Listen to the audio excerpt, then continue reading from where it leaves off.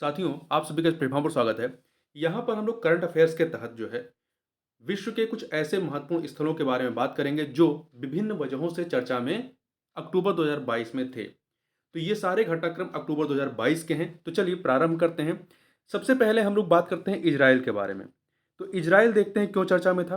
तो इज़राइल देखिए, इज़राइल और लेबनान ने, दोनों ही पड़ोसी देश हैं, इज़राइल और लेबनान ने एक समुद्री समझौते पर हस्ताक्षर किए अक्टूबर 2022 में। यदि इजराइल की बात करें मैपिंग के दृष्टिकोण से, तो इसकी राजधानी यरूशलम है, यरूशलम। और इसके पड़ोसी देशों में यदि आप मैप में देखेंगे, इजराइल आपका एक एशियन कंट्री है, एशियन कंट्री है। और जब आप एशिया के मैप में देखेंगे तो इसके पड़ोसी देशों में लेबनान, सीरिया, जॉर्डन, मिस्र, ये देश इसके पड़ोसी देश हैं। और इसकी सीमा जो है भूमध्य सागर से लगती है। तो इस प्रकार से ये लैंड लॉक कंट्री नहीं है, क्योंकि ये ऐसा देश है जिसके बारे में मैपिंग में काफ़ी प्रश्न पूछे जाते हैं। जो परीक्षाओं में मैपिंग वाले सेक्शन में काफ़ी प्रश्न इजराइल से पूछे जाते हैं। आगे चलते हैं, आगे बात कर लेते हैं लेबनान की भी, यही बात कर लेते हैं, चूंकि ये भी इसी वजह से चर्चा में था कि इजराइल और लेबनान ने एक समुद्री समझौते पर हस्ताक्षर किए। जैसा कि हम पहले बात कर चुके हैं कि इजराइल और लेबनान दोनों क्या हैं, पड़ोसी देश हैं। ठीक है। और लेबनान की राजधानी क्या है, बेरूत है। इसकी सीमा भी जो है भूमध्य सागर से जुड़ी हुई है। इसके पड़ोसी देशों में एक तो इजराइल है, दूसरा सीरिया है। अब बात करते हैं किर्च या कर्च जल डमरू मध्य के बारे में, या स्टेट ऑफ कर्च या स्टेट ऑफ किर्च के बारे में। तो आप जब यूरोप का मैप देखेंगे तो यूरोप के मैप में ये आपका जो है, ये जल संधि है, ये जो जल संधि है आपकी, ये ब्लैक सी और एजोब सी, ब्लैक सी और एजोब सी को जो है जोड़ने का कार्य करती है। और ये यूक्रेन के क्रीमिया, जिस पर अब वर्तमान में रशिया का अधिकार है, तो क्रीमिया जो जगह है, क्रीमिया को रूस के मेन लैंड से जोड़ने का, या कह सकते हैं अलग करने का कार्य करती है। काला सागर और एजोब सी को जोड़ने का, और क्रीमिया जो कि पहले यूक्रेन का था, अब रशिया का कब्जा है उस पर, और रूस के मेन लैंड से ये अलग करने का कार्य करती है। तो ये यहाँ पे हुआ क्या था, रूस और यूक्रेन के बीच जो युद्ध चल रहा है, इस दौरान कर्च ब्रिज पर विस्फोट हुआ था। यहाँ पर जो किर्च या जो किर्च डमरूमध्य है, यहाँ पे जो ब्रिज है वहाँ पर विस्फोट हुआ था, इस वजह से चर्चा में था। आगे चलते हैं, किर्गिस्तान के बारे में बात करते हैं। किर्गिस्तान क्यों चर्चा में रहा। किर्गिस्तान ने मास्को, रशिया की राजधानी है, मास्को के नेतृत्व में होने वाले इंटरस्ट्रक्टिबल इंडस्ट्रक्टिबल बदरहुड 2022 सैन्य अभ्यास को रद्द कर दिया। अब किर्गिस्तान के बारे में बात करें तो ये एक लैंड लॉक्ड कंट्री है। इसकी राजधानी बिश्केक है, और यह एक मध्य एशियन देश है। ठीक है। इसकी सीमा जो है कजाकिस्तान, तजाकिस्तान और चीन से, तीन देशों से, कजाकिस्तान, तजाकिस्तान, चीन से, इसको मैप में आप देखेंगे तो ये आपको दिखाई पड़ेगा। तीन देशों से ये जुड़ा हुआ है। आगे बात करते हैं फिलीपींस के बारे में। फिलीपींस के बारे में देखें तो देखिए, फिलीपींस को चर्चा में था।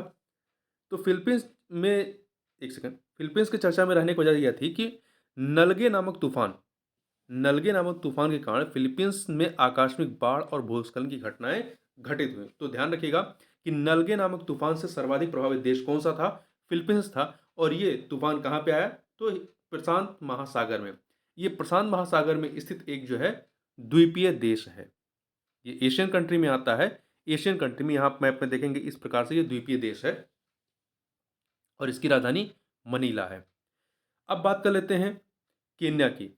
तो केन्या दक्षिण सॉरी पूर्वी अफ्रीकन देश है, ये पूर्वी अफ्रीकन देश है। इसकी राजधानी नैरोबी है। ये चर्चा में इसलिए आया था कि केन्या में भारतीय राजदूत ने दो भारतीय नागरिकों के लापता होने के संबंध में केन्या के राष्ट्रपति से मुलाकात की थी।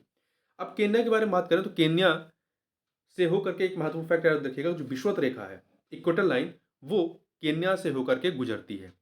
इसके अतिरिक्त इसके पड़ोसी देशों में सोमालिया, इथोपिया, दक्षिणी सूडान, युगांडा, तंजानिया, पांच देश हैं। सोमालिया, इथोपिया, दक्षिणी सूडान, युगांडा और तंजानिया, ये पांच इसके पड़ोसी देश हैं। और यहीं पर एक झील है पूर्वी अफ्रीका में, विक्टोरिया झील। विक्टोरिया झील जो है तीन देशों से घिरा हुआ है। विक्टोरिया झील से भी होकर के विषुवत रेखा गुजरती, इस बात को भी ध्यान रखिएगा। विक्टोरिया झील जो है आपकी केन्या, युगांडा और तंजानिया के मध्य में स्थित है। मतलब विक्टोरिया झील की सीमा इन तीनों देशों से लगी हुई है। अब आगे बात कर लेते हैं मिस्र की। ये भी आपका अफ्रीकन कंट्री है। ये चर्चा में क्यों आया था कि मिस्र के पुरातत्वविदों ने ब्रिटिश संग्रहालय से रोसेटा स्टोन को वापस लौटाने की मांग की। इस वजह से जो है मिस्र आपका चर्चा में रहा है। मिस्र के बारे में और चीज़ों की बात करें तो मिस्र की राजधानी जो है शर्म अल शेख है, जहां पे अभी UNFCCC COP27 का आयोजन किया गया था। और मिस्र या इजिप्ट की एक सीमा जो है, एक सीमा इसकी आपकी भूमध्य सागर से जुड़ी हुई है और एक सीमा इसकी रेड सी से जुड़ी हुई है, लाल सागर से जुड़ी हुई है। इसके पड़ोसी देशों में लीबिया, सूडान, दो पड़ोसी देश हैं इसके, लीबिया और सूडान। अब बात कर लेते हैं आगे, एक सेकेंड, यमन की। यमन देश के बारे में बात करें तो यमन क्यों चर्चा में था? तो चर्चा में इसलिए था कि भारत ने यमन में युद्धरत, वहाँ पे जो युद्ध चल रहा है, युद्धरत पक्षों के बीच संघर्ष विराम की अवधि नहीं बढ़ने पर निराशा प्रकट की है। यमन एक अरेबियन कंट्री है और ये इसकी सीमा जो है, एक सीमा जो अरेबियन सी है इससे लगी हुई है। इसके अतिरिक्त इसकी राजधानी क्या है? सना है। इसके दो पड़ोसी देश हैं, सऊदी अरब और ओमान। सऊदी अरब और ओमान। अरेबियन सी में एक द्वीप है, आप मैप में देखेंगे तो एक द्वीप है शकोत्रा द्वीप, यमन के नीचे। शकोत्रा द्वीप पर जो है कई बार प्रश्न पूछा गया किसका अधिकार है, तो ये यमन का ही द्वीप है। और यहीं पर एक जलसंधि है बॉब अल मंदेब जलसंधि। बॉब अल मंदेब जलसंधि जो है ये रेड सी को गल्फ ऑफ अदन से जोड़ने का कार्य करती है और जो एशिया है, मतलब यमन को जो है अफ्रीका से अलग करने का कार्य करती है। बुर्किना फासो के बारे में बात करें तो बुर्किना फासो जो है ये आपका एक अफ्रीकन देश है, एक अफ्रीकन देश है। ये चर्चा में क्यों था? क्योंकि बुर्किना फासो में सेना ने तख्ता पलट कर दिया। यहाँ पे दूसरी बार तख्ता पलट हुआ है सेना के द्वारा और यह स्थलबद्ध देश है। इसके पड़ोसी देशों में माली, नाइजर, बेनन, टोगो, घाना और कोटे डी इवोरी, ये जो देश हैं इसके पड़ोसी देश हैं। ठीक है, अब गाम्बिया की बात करते हैं। गाम्बिया चर्चा में क्यों आया था? चर्चा में इसलिए था कि भारत निर्मित कप सिरप के कारण गाम्बिया में बच्चों की मौत होने पर जांच शुरू की है। क्योंकि भारत निर्मित एक कप सिरप था जिसके प्रयोग से यहाँ पर कई सारे बच्चों की डेथ हुई थी। कहाँ पर? गाम्बिया में। गाम्बिया आपका एक अफ्रीकन देश है और इसको आप मैप में देखेंगे तो अफ्रीका मैप के जो पश्चिमी हिस्सा है, पश्चिमी अफ्रीका का एक बहुत छोटा सा देश है सेनेगल, आपका वहीं पे देश दिखाई पड़ेगा। सेनेगल का ये पड़ोसी देश है। ठीक है, और इसकी सीमा जो है, इसकी सीमा अटलांटिक ओशियन से लगी हुई है। ट्यूनीशिया की बात कर लेते हैं। ट्यूनीशिया ये चर्चा में क्यों था? क्योंकि ट्यूनीशिया के राष्ट्रपति के खिलाफ राजनीतिक विरोध प्रदर्शन शुरू हो गया अक्टूबर 2022 में। इसकी राजधानी ट्यूनिस है और यह जो है आपका मेडिटेरियन सी के किनारे स्थित एक देश है। अफ्रीका का एक मेडिटेरियन सी के किनारे स्थित एक देश है। ये आपका उत्तरी अफ्रीका कह सकते हैं, उत्तरी अफ्रीकन कंट्री है ये। और इसके पड़ोसी देश में देखेंगे अल्जीरिया और लीबिया, दो बड़े बड़े देश हैं। इन दो देशों के बीच में यह स्थित है और इसकी एक सीमा जो है मेडिटेरियन या भूमध्य सागर से जुड़ी हुई है। अब बात कर लेते हैं गैलापागोस द्वीप के बारे में। तो गैलापागोस द्वीप आप याद रखिएगा, बहुत इंपॉर्टेंट है, पूछा जा सकता है कि गैलापागोस द्वीप किस देश का है। तो ये इक्वाडोर, ये आपका दक्षिणी अमेरिकी देश, साउथ अमेरिका जो है, साउथ अमेरिकी देश इक्वाडोर का एक द्वीप है। आप यहाँ पे मैप में देखें, ये आपका दक्षिण अमेरिका है और इसी दक्षिण अमेरिका में ये जहाँ पर एरो दिखाया गया है ये है आपका इक्वाडोर। और इसी से थोड़ा और आगे आएंगे तो यहीं पर आपका मैलापागोस द्वीप जो है वो स्थित है। कौन सा द्वीप? मैलापागोस द्वीप समूह। तो इस समूह को आप याद रखिएगा, यह आपका साउथ पैसिफिक ओशियन, किस समुद्र में है? साउथ पैसिफिक ओशियन में स्थित है।